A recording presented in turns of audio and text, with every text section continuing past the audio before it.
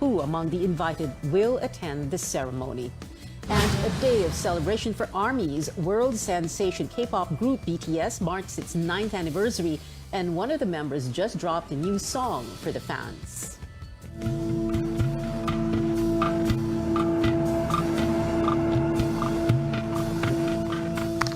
Yet another round of fuel price hikes. Motorists will have to shell out more at the pump tomorrow. Oil companies Caltex, Clean Fuel, Petrogas, PTT Philippines, Sea Oil, and Unioil will jack up prices for diesel by 4 pesos and 30 centavos per liter. The same companies will increase gasoline prices by 2 pesos and 15 centavos a liter. Meanwhile, prices per liter of kerosene will soar up to nearly 5 pesos. This is the second straight week of fuel price hikes this month. The Russia-Ukraine war threatening global fuel supply has contributed to the skyrocketing prices. Well, aside from struggling to go to work, Filipinos are also bearing the brunt of rising fuel prices through the cost of goods. Business leaders warn this is now the bigger crisis facing the country. Melissa Lopez reports. It's a double whammy for consumers facing never-ending fuel price hikes. They will see another round of pump price increase beginning Tuesday. This means motorists are about to pay over 28 pesos more per liter of gasoline since the beginning of the year. It's plus 40 pesos per liter for diesel, once touted as the cheaper option for vehicles. But the impact doesn't end there. The Confederation of Truckers Association of the Philippines already hiked freight rates by up to 30% in March, and more increases may come soon. It's no longer a request. This is an appeal for us to survive. Anything that you have in the table, whether it is a food, whether it is a household things, nakarating yan sa inyo because of the truck. It's bad news for truck drivers as well. Around na 20% na maliliit. Yung maliliit kasi talagang tatamaan dyan eh. Nakauna-unahan. Yung malalaki, ang ginagawa nila sa biyahe, nag-aabono na sila. Nag-aabono na at hindi na kumikita para lang yung negosyo nila continuous. Siyempre, pag nagsara yung mga ating trucking, wala din trabaho yung mga driver, di ba? Even Presidential Advisor for Entrepreneurship Joey Concepcion says surging fuel prices is now the more pressing concern as COVID-19 infections have declined. He says it's time for government to give more attention to addressing the fuel crisis. The truckers group says it is negotiating with importers and traders for higher freight rates. Its president Maria Zapata admits many truckers have stopped operations. It's triple of the amount. But then we cannot request for a triple rate. Say, ang rate mo is 10,000 before. You cannot request for a 30,000 by this time. Of course, it will be rejected.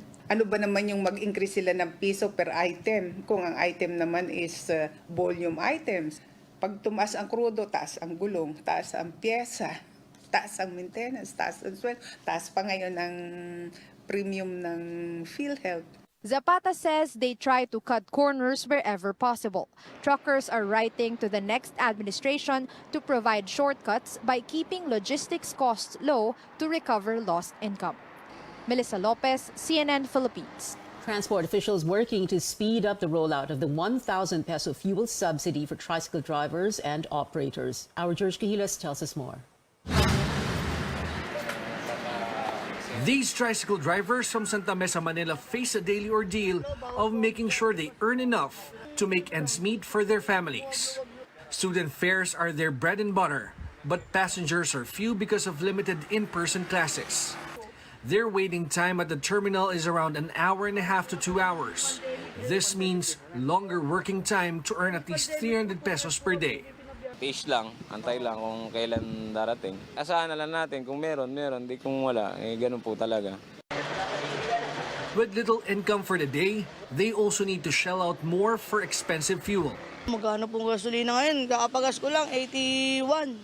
They are looking to government to provide temporary relief through the fuel subsidy. But the Transportation Department says each tricycle driver or operator will just get 1,000 pesos. Compared to their jeepney driver counterparts who receive 6,500 pesos. Even with fuel discounts for public utility vehicles, the 1,000 peso subsidy cannot fill up 2 full tanks of a tricycle with a 7-liter capacity. Nakalagay ho dun sa sulat po ng DILG sa amin is that 1,000 pesos po. Pero ito po ay depende ho sa natitirang budget ho, syempre, na naibigay ho sa kagawaran ng transportasyon through LTFRB. The Transportation Department has already received a list of over 600,000 tricycle drivers or operators who are qualified to receive the fuel subsidy. And it is already processing the paperwork so that the payout may begin. Asa po yun. Yung ano lang ho, yung government, syempre, meron hong pertinent documentary requirements ho yan, no, na hiningi sa atin ng landa. Ito po yung inaayos natin ngayon. The Interior Department explains each tricycle driver or operator will receive 1,000 pesos because the total subsidy is only 625 million pesos. George Kailes, CNN Philippines.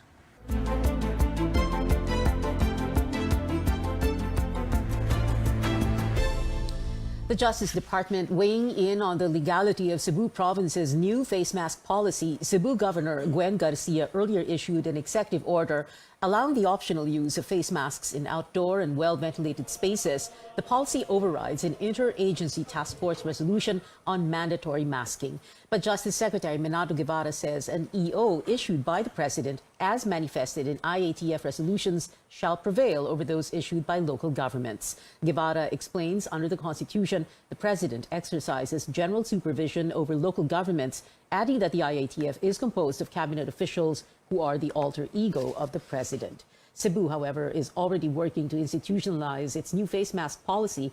The optional use of face masks outdoors will become a provincial ordinance by next week. This will repeal all other face mask rules in all its towns and cities. Provincial board member John Ismael Borgoña filed his draft ordinance today at the Cebu Provincial Board. Borgoña says there will be 5 to 2.4%. Octa says cases may rise to 300 to 400 by end June and may call for tighter restrictions. But for now, the Health Department says there is no basis to raise Alert Level 2 in Metro Manila.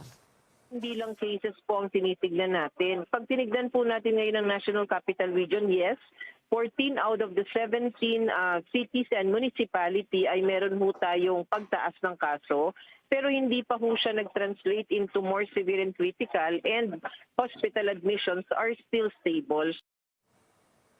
The DOH has reported 1,682 new cases from June 6 to 12. The 7-day average was at 240, 30.4% higher than the previous week. Now, despite lower reports of severe and critical COVID-19 cases, a kidney transplant center in Metro Manila is still limiting patient admissions. Carolyn Bonkin tells us why. This is the hospital gymnasium, and right now it's still filled with 20 patients of all ages who can no longer fit in the regular ward.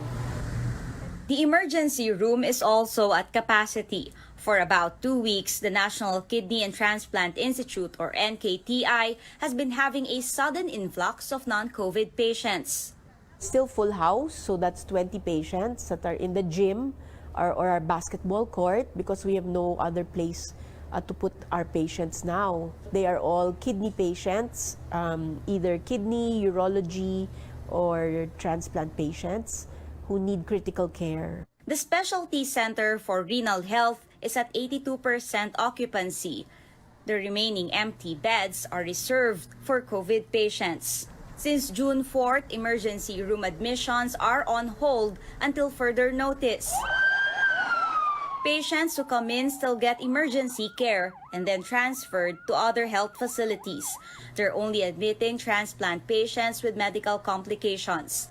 Wilson's cousin was among those admitted on June 10th. He went straight to surgery. 4 na araw na siya hindi nakakaihi, then nakakatae. Then dinala po siya sa emergency ER para po maoperahan daw po sa sabi ng doktor na para malabas daw po ng mga bato niya. Only patients with manageable conditions stay in the gym that's been equipped for peritoneal dialysis and stocked with medicines. If they're critical, we will not put them in the gym. It's only those who need mechanical ventilation that would be a problem.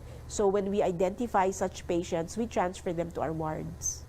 Hospital administrators appealing to hemodialysis centers. Avoid sending them patients if they can do the treatments like blood transfusion or they can send patients to partner hospitals.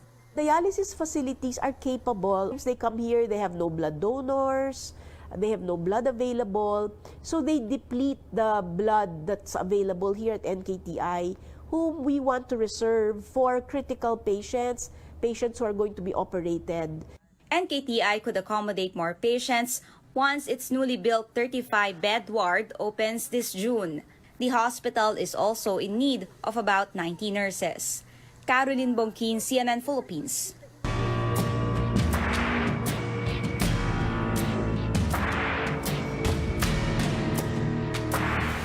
Over 300 people are still in evacuation centers in the town of Huban in Sorsogon after Mount Bulusan spewed ash again yesterday. The phreatic eruption took place at 3:37 a.m. State seismologists say the eruption lasted 18 minutes, but the plume was not visible in camera monitors. The latest eruption comes a week after Bulusan also spewed ash last June 5.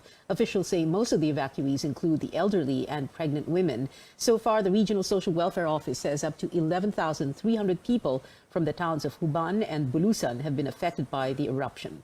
Agriculture authorities also pegged the damage at over 2.6 million pesos. PHIVOLCS says it is monitoring 6 active vents of Mount Bulusan aside from the volcano's main crater. When we come back on Newsnight, more details have been revealed about Vice President-elect Sara Duterte's inauguration or oath-taking, including the presence or absence of some of the outgoing top officials. Plus, President Rodrigo Duterte weighs in on the country's relations with China amid disputes over the West Philippine Sea. Details after the break.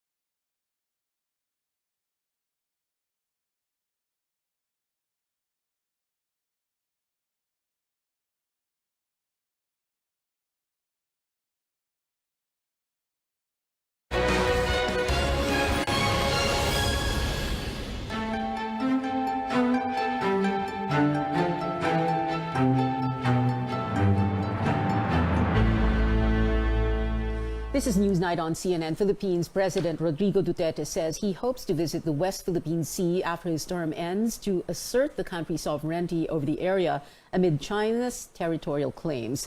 But as Tristan Odalo tells us, Mr. Duterte is treading cautiously to avoid war. Amid tensions between the Philippines and China in the West Philippine Sea, President Rodrigo Duterte believes that a war is unlikely to happen.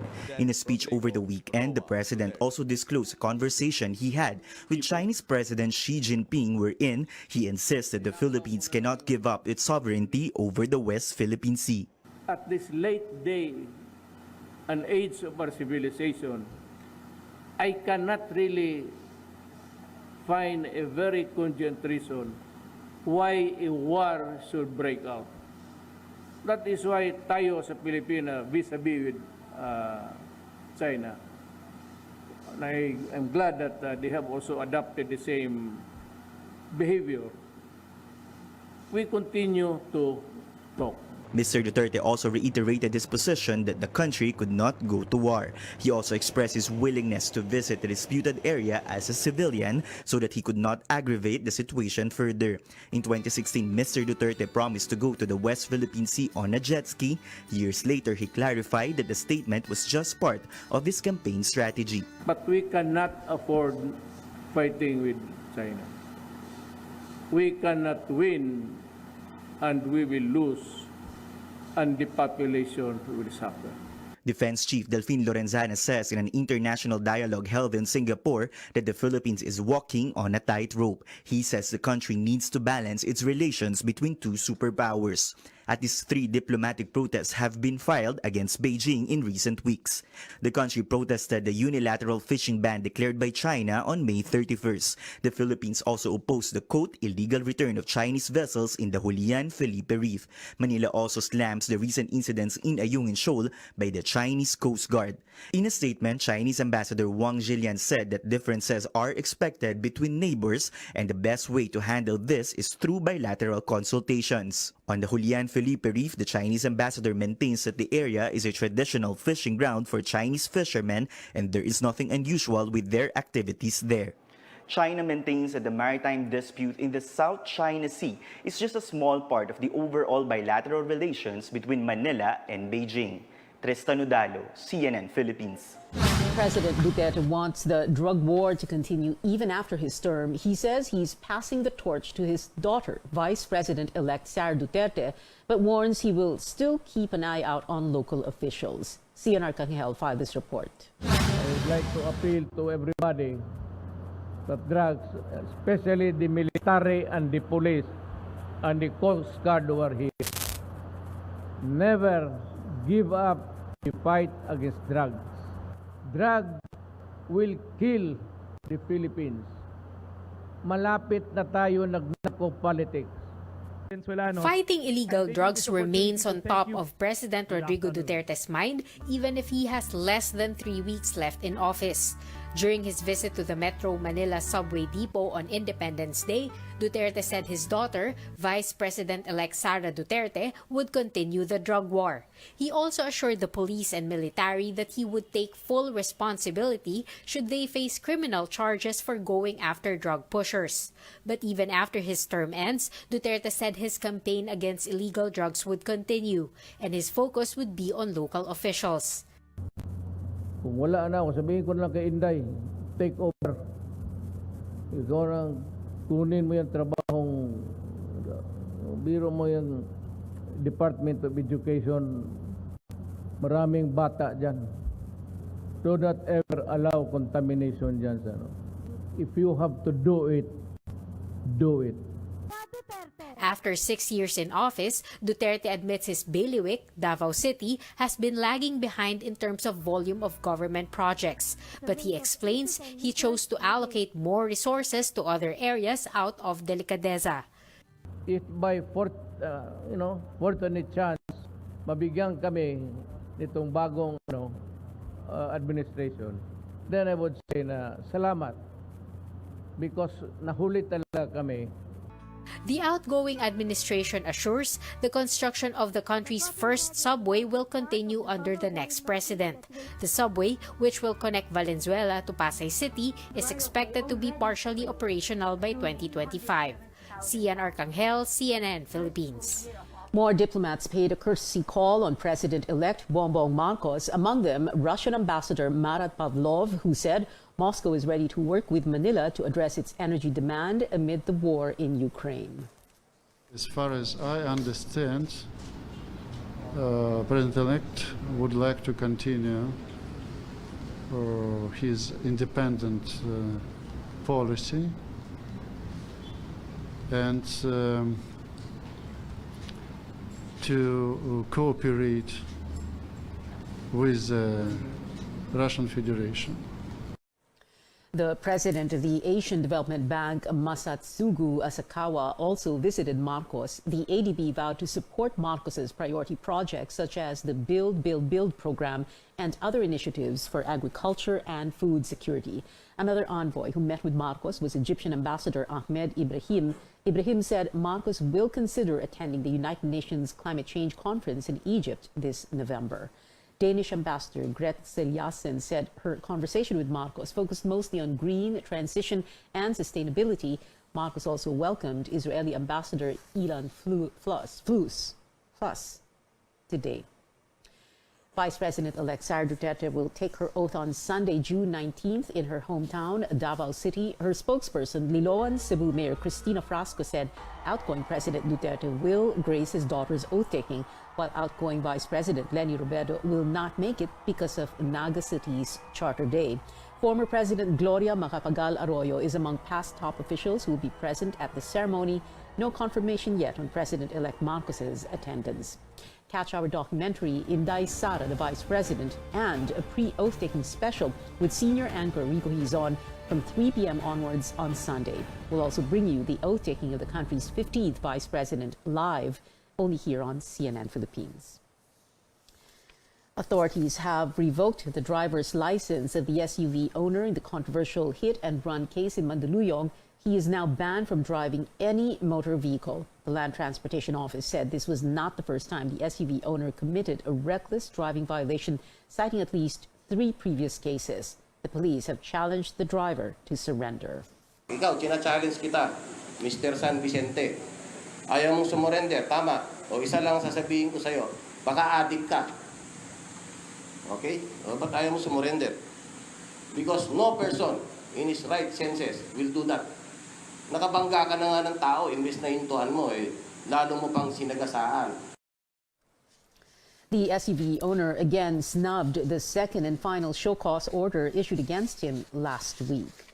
In other news, the Philippine National Police standing firm it did not commit any human rights violations following the arrest of at least 93 people in Concepcion Town in Tarlac. PNP officer in charge, Lieutenant General Vic Danao, says those arrested were supposed members of militant groups. Farmers and advocates took part in an activity linked to a land dispute in Hacienda Tinang last Thursday. They are detained at the Municipal Police Office pending inquest proceedings. The PNP denied allegations the individuals are kept from being released. Pinaghirapan ito ng ating mga kababayan na itanim. Only sisirain ng mga lukulukong to. Please do not use human rights in defending your rights there. Imagine, sinisira nyo yung mga tanim. Kung meron pong bail yan at nakapag-bail po sila, definitely they will be released. So again, you are twisting the facts. Punong-puno na po ang ating mga kababayan sa panluloko ninyo. Police say members of the Anak Pawis and Kadamay groups and A4 nationals have been released. We'll take a short break, and when we return, one of the most watched shows on Netflix is officially returning for a second season. Plus, the Golden State Warriors are victorious in Game 4 of the NBA Finals to level the series against the Boston Celtics. You're watching CNN Philippines.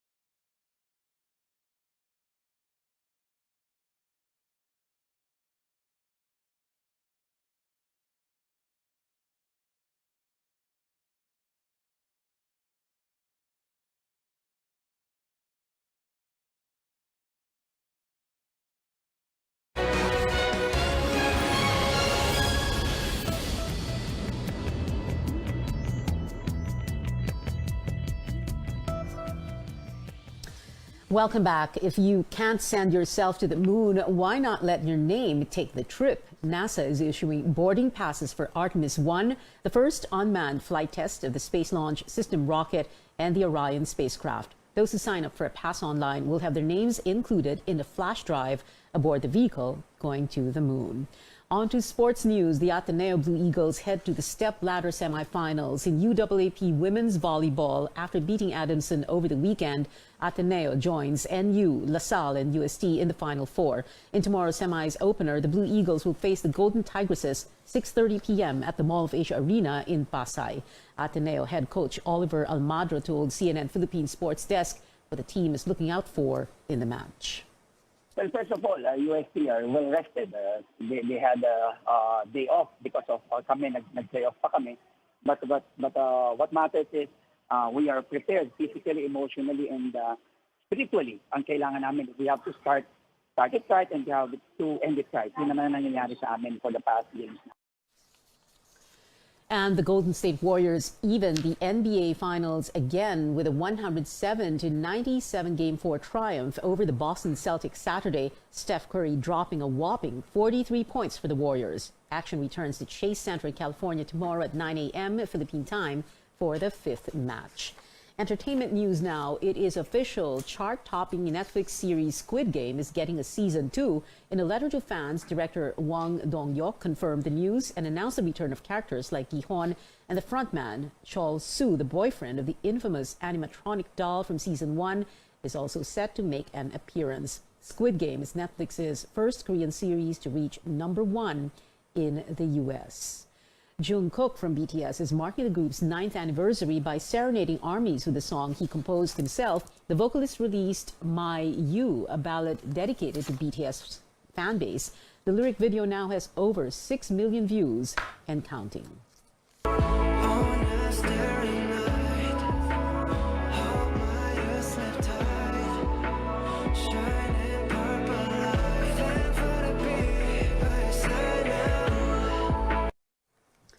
In celebration of their 9 years together and their new album, BTS will perform tracks from Proof tonight at 8. The event, to stream live on YouTube, will feature a special guest. The world-famous K-pop group debuted on June 13, 2013, with the release of their first single, No More Dream. And that is it for now. Join me again on News.ph at 7 p.m. I'm Pia Ontiveros. Before we go, we'll take a closer look at how to manage one's electric consumption all week long. The Department of Energy has designed practical and implementable programs for every sector to plan their electric use for the long term. Let's watch this.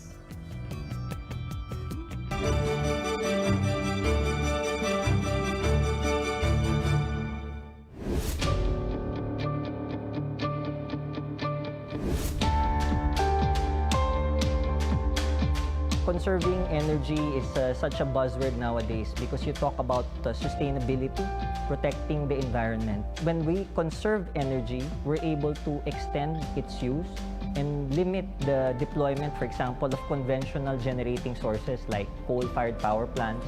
It also allows for renewable energy technologies in generation to meet our demand requirements. Renewable energy alone will not lead to a healthier and sustainable planet and environment. We need to also be mindful of how we consume, and that is where energy efficiency and conservation comes in.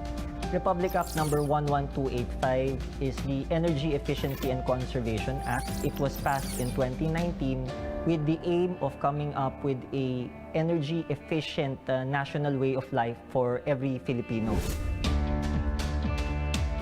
Demand-side management is the process of shifting the load from peak to off-peak. In the Philippines, we have 3 grids. One is Luzon, the other is Visayas, and the third one is the Mindanao. Here in Luzon, the peak demand for electricity happens from 10 in the morning to 2 p.m. In the Visayas and Mindanao, that happens from 5 p.m. to 7 p.m., particularly on weekdays. What demand-side management seeks to provide is the shifting of the load from peak period to off-peak period. When we are able to manage the demand during this period, our existing portfolio of power generation is able to meet our demand. Hence, we do not require the need for peaking plants during that period. In the Mind Museum, we manage our power demand by intensive monitoring of our building operation and equipment, and also understanding our load profile. One of the energy efficient technology present here in the Mind Museum is our 12-unit solar-assisted aircon. It uses less electricity than conventional air conditioning units, and it also uses environment-friendly refrigerant.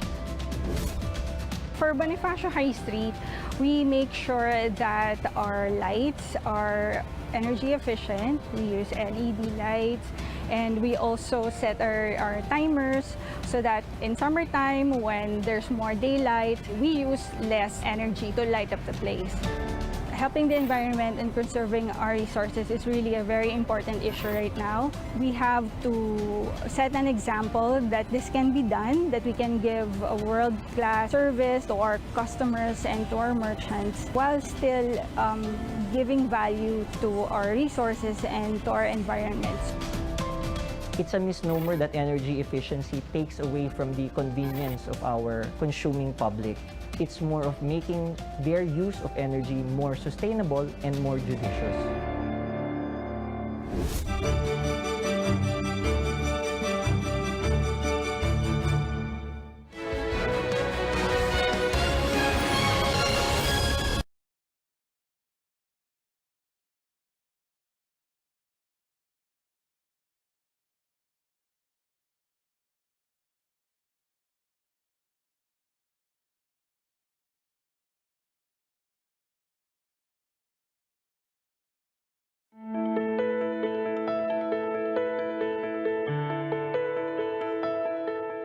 Life as a new mom is exciting, but it can also be overwhelming. Now, taking steps to ensure a healthy pregnancy, safe delivery, and a strong baby can help you feel more confident as you go through this journey. But what lifestyle choices do you need to make? What can you eat? Can you still exercise? From pregnancy to your baby's first days, we'll answer your most asked questions about motherhood. I'm Dr. Freddy Gomez, and welcome to MedTalk Health Talk on CNN Philippines.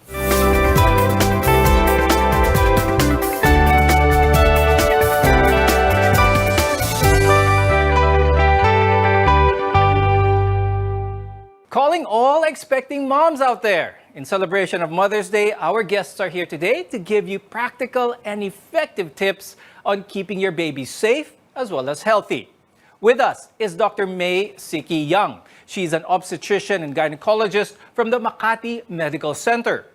Also with us is Dr. Jamie Isip Kumpas. She's a pediatrician and lactation consultant from the Medical City. If you often find yourself running on little sleep or reaching for that bag of chips, it's time to make some lifestyle changes in order to give your baby the healthiest possible start in life. Now, eating the right foods and exercising regularly can help ensure a safe pregnancy. Now, I'll start the conversation with Dr. May. Now, let's talk about someone who wants to become a mother, is starting to think of the family. What kind of diet should she think of in order to prepare herself, not just for one, but maybe for two? This is the most common thing that women take for granted. They go to the clinic and say, Doc, I want to get pregnant, but they're obese, no? So what we do is to assess you, your risk, and tell you what you have to do. Proper nutrition is very important, exercise is very important, and age is also very important. So having the right body and health at the time before you get pregnant is very crucial. Sometimes it will affect the pregnancy. Many, Dr. May, might feel daunted with the fact that someone becomes pregnant, they would gain weight. They're afraid of that weight, intimidating for a lot of mothers, especially nowadays. But it is normal to gain weight when someone is pregnant. What is a normal spectrum so that our viewers will have an idea on what the normal weight gain is, and of course, trying to make sure that you don't go over that expected weight gain? The weight gain depends on your baseline weight. If you're overweight, your total weight gain should be reduced.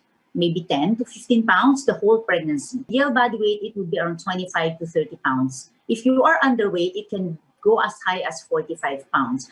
That's why the prenatal checkup is very important. No? But that weight gain should not be because of junk. That weight gain should be because of eating healthy. So like a lot of vegetables ideally, fruits, not so much because the sugar content is very high. So choose well in what kinds of fruit you want to eat. Doc Jamie, when it comes to the child, what are some of the foods that women should avoid?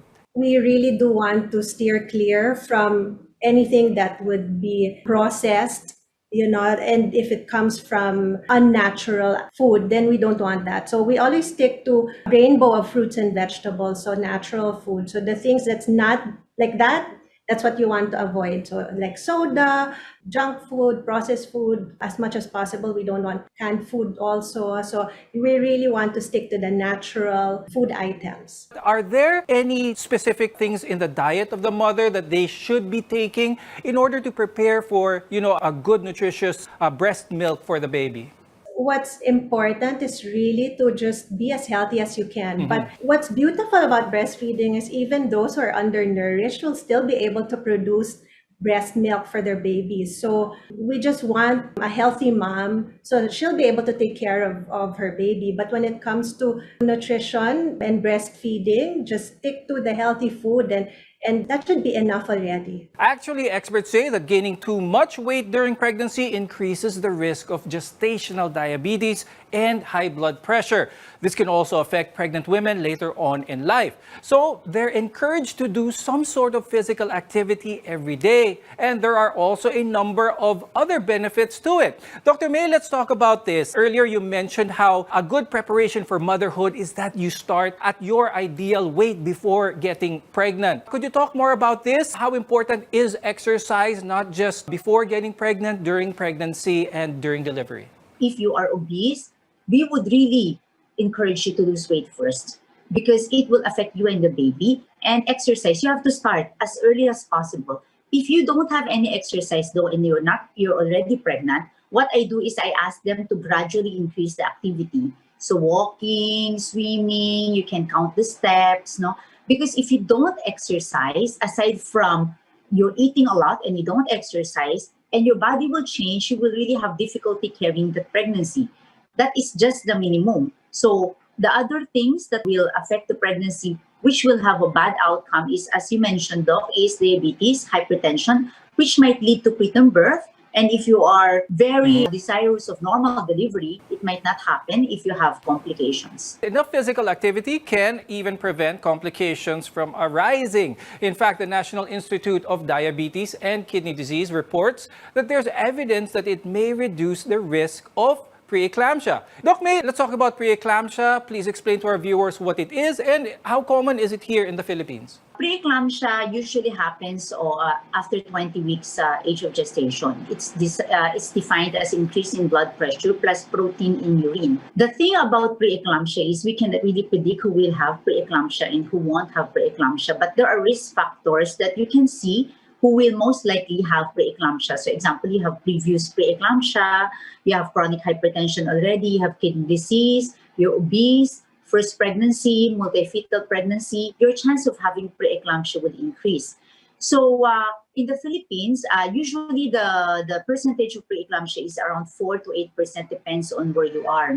And women who are older will have higher chance of preeclampsia. Dr. May, earlier you mentioned that preeclampsia is one of the more common complications seen with high-risk pregnancy. Could you please explain to us at what age does a pregnancy start to become high risk? And aside from preeclampsia, what are other high-risk complications normally seen in Filipino mothers? So theoretically, high risk is defined at 35 years old and above. Then when you're 35 years old and above, your chances of having preeclampsia is increased, during pregnancy, diabetes is increased, and also some sort of genetic problem. On top of that, the chances of having a cesarean section is also increased. But when I assess the risk of the patient, we don't only look at the age of the patient. Again, we look at the history of the patient, the weight of the patient, the physical activity of the patient. All in all, this will give you somehow a clearer view of when you're pregnant, what are the chances of you having complications, including preterm birth and cesarean delivery. You've gone through pregnancy, labor, and delivery. Now what? When we return, tips on how to care for your newborn. We're your partner in healthcare. You're watching MedTalk Health Talk on CNN Philippines.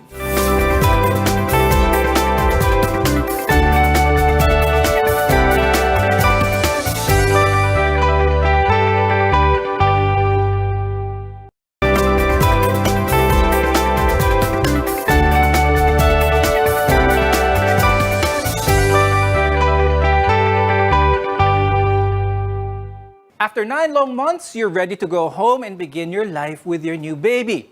Now, while caring for a newborn can be challenging, it does become a little easier with the right guidance. Today, what you need to know when you step out of the hospital. I'm Dr. Freddy Gomez, and welcome back to MedTalk Health Talk on CNN Philippines. Many first-time parents may feel overwhelmed. If you're one of them, don't be alarmed. It's completely normal. We're here to help guide you through this process. Now, let's discuss some of the basics. Dr. Jamie, starting with what are tips when handling a newborn? Carrying an infant for the first time can often be nerve-wracking, especially maybe for the father. You also have to give yourself some time to practice, no? Don't be so scared, but when you do things with a lot of gentleness and just make sure that you support the baby properly, meaning you hold the baby's neck and the head, and then you also try to cradle the baby well. Never carry the newborn under the armpits because they're not yet too strong to be able to hold that position. So always protect the head and the neck and also the back and the bottom. So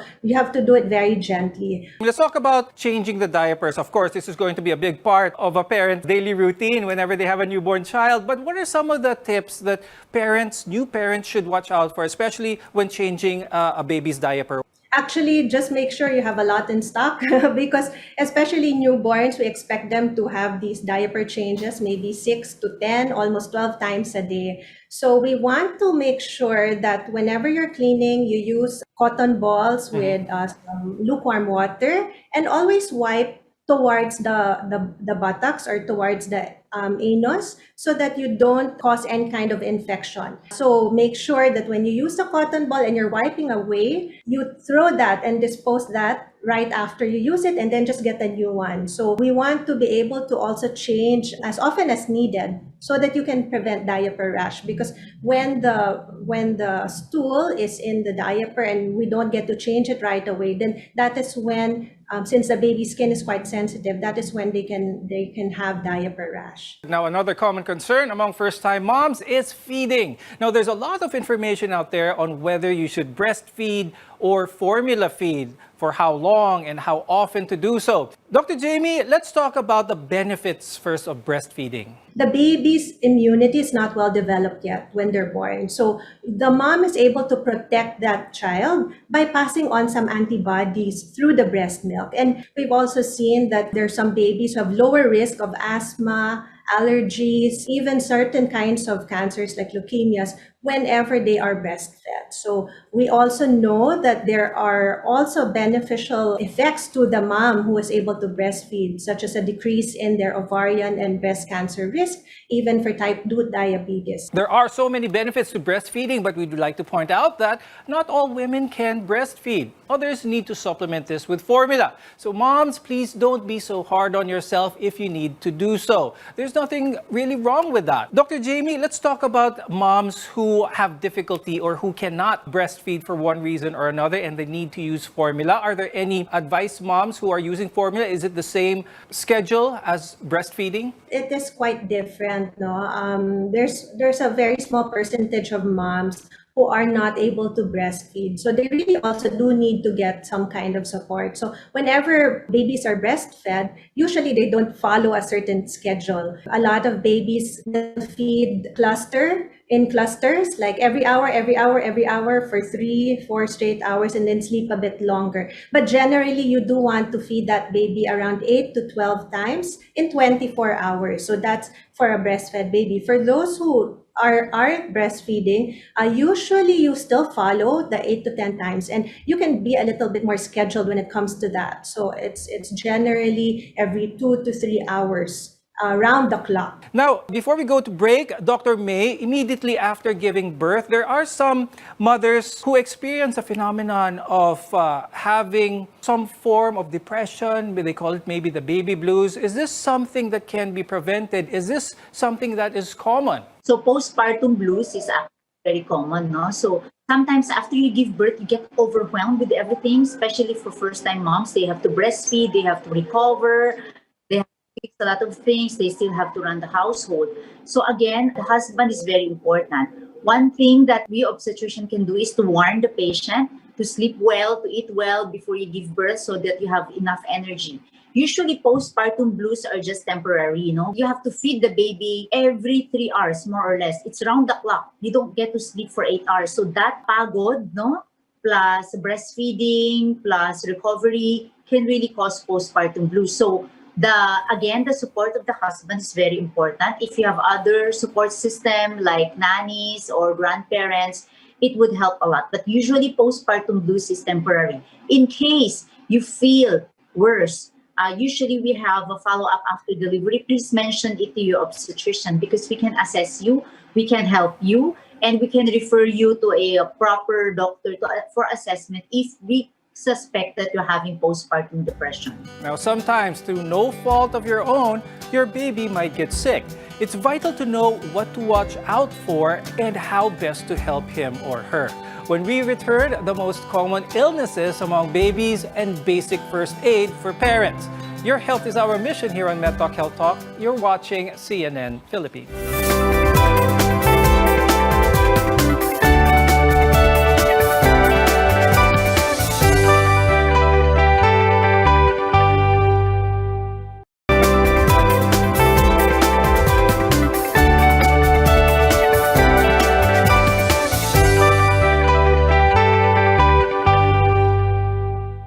I'm Dr. Freddy Gomez, and this is MedTalk Health Talk on CNN Philippines.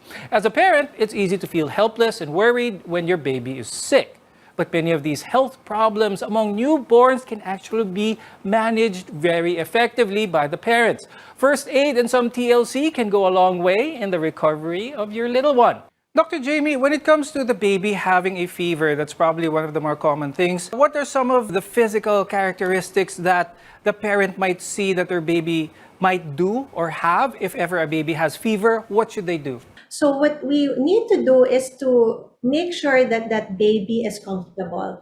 And sometimes it's really about changing the temperature of the room, or what you'll notice with babies is they get very clingy, especially to their moms, because they want to breastfeed as often as possible because it gives them a lot of relaxation. Also, it gives them a lot of comfort. So those are just some of the things that you do. Dr. May, earlier we've been talking about how important the support system is, how important the role of the father is, especially whenever there's a newborn baby. The dynamic is very important here. For the men out there, for the fathers out there who have no idea how much involved they should be, give some concrete examples on how much support a father must be in, especially when there's a new baby. The husband should always understand that raising a child, especially babies, newborn babies, is not solely the role of the mother.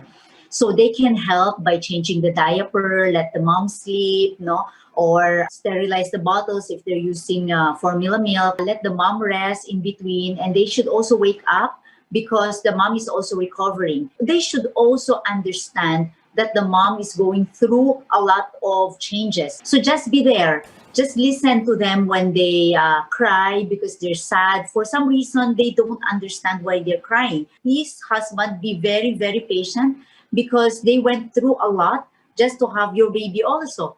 So just be there and listen to them and help as much as you can. Now, I'd like to talk to Dr. Jamie about some basic first aid when it comes to the baby. An advice, though, to the viewers here, first aid is best done if you are very familiar with trying to find out what are the warning signs that the baby does need first aid, and you have to have that skill in order to perform first aid. With that being said, Dr. Jamie, what are some red flags that the baby does need some first aid when it comes to maybe their breathing or their swallowing or the sounds that they make? Actually, if you're taking care of your baby right on a daily basis, you're very familiar with how your baby is acting, the usual sounds that your baby is making. So anything that deviates from that, then you start to monitor and check. If it's something acutely, like if, for example, your baby is suddenly choking on something, then you will notice that there's some children who will actually turn blue right away if it's very quick, what's this choking episode, no? But there are some times wherein it's not a complete obstruction and they can make these like very high-pitched breathing sounds. One thing that I also want to point out is that many of these accidents are actually something that can be prevented. So you want to make sure that you child-proof your home quite well so that we can prevent them. So if babies are in that stage where they're putting things in their mouth, so you want to make sure that the whole area where they're at don't have small items that can be choking hazards. Also, if they start crawling already, you want to make sure that you're closing all of these plugs, sockets, so that they don't get into these accidents. So a lot of these moments are really preventable. Before we go, Dr. May, do you have any tips, advice for the viewers out there, especially those who are thinking of having a family for the first time? For me, pregnancy and giving birth is really something very beautiful as long as you are ready and you are also ready to the changes that you have. And please talk to your husband because this is a journey the two of you should go through, and always have a checkup. Please have a regular prenatal checkup. And Dr. Jamie, before we go, any advice from you? For me, I think what would really help a lot of new parents would be to take classes prior to giving birth and prior to taking care of the newborn. Aside from gaining knowledge, it also gives you a little bit more confidence and you feel that you're ready to take care of the newborn. But of course, give yourself some time to get used to being new parents and enjoy the journey. It really goes by so fast. From the first week of your pregnancy to time with your newborn, remember, moms, to always care for yourself. A healthy you means a healthy baby. Thank you very much, Dr. May Siki Young and Dr. Jamie Isip Kumpas, for being with us today. We appreciate your time and your insights. I'm Dr. Freddy Gomez, and we'll see you again next time on Med Talk Health Talk.